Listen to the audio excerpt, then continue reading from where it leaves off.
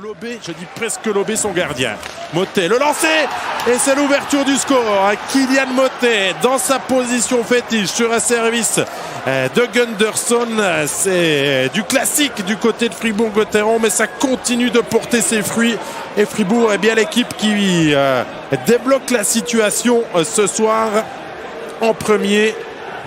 La discipline des hommes de Tangnes leur coûte finalement ce premier but. En concédant le but qui lui a été fatal. Attention, on a ouvert une brèche là dans la défensive. Le contrôle est loin. Et derrière, c'est le but de Barhoffner pour son premier de la saison. Là encore, Fribourg s'est décomposé. Et la passe du défenseur a vraiment mis toute l'organisation défensive de Gotteron à mal.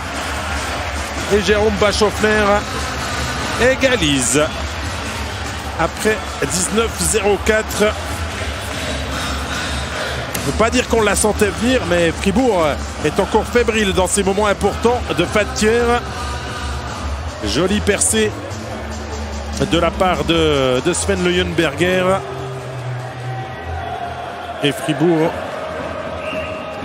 qui ne tiendra pas l'avantage en retournant au vestiaire. Sur cette erreur où les deux défenseurs étaient très écartés, mais où ça doit être la jambe de Simeone qui repousse ce tir du Québécois. Et attention, le contre. Hanson, il y a l'arrivée de Kovar pour le but de la victoire. Zug l'emporte finalement dans un match ouvert et plaisant. Et que Zug a dominé par moments, que Fribourg a repris à son compte, que Zug a repris en main. À toi, à moi, ça l'a été dans toute la rencontre quasiment, avec une très grosse pression fribourgeoise dans la troisième période qui ne porte pas ses fruits dans cette prolongation. Vous le savez, ça peut tomber d'un côté comme de l'autre. 2 points pour Zug qui continue son parcours sans faute avec 6 matchs, 6 victoires dans ce championnat. Et Fribourg qui prend un point, c'est déjà le positif à mettre en avant.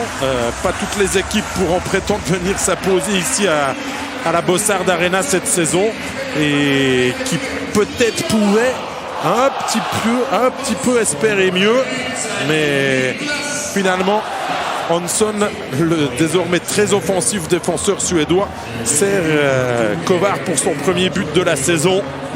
Et celui-ci ne l'a pas loupé, Jan Kovar.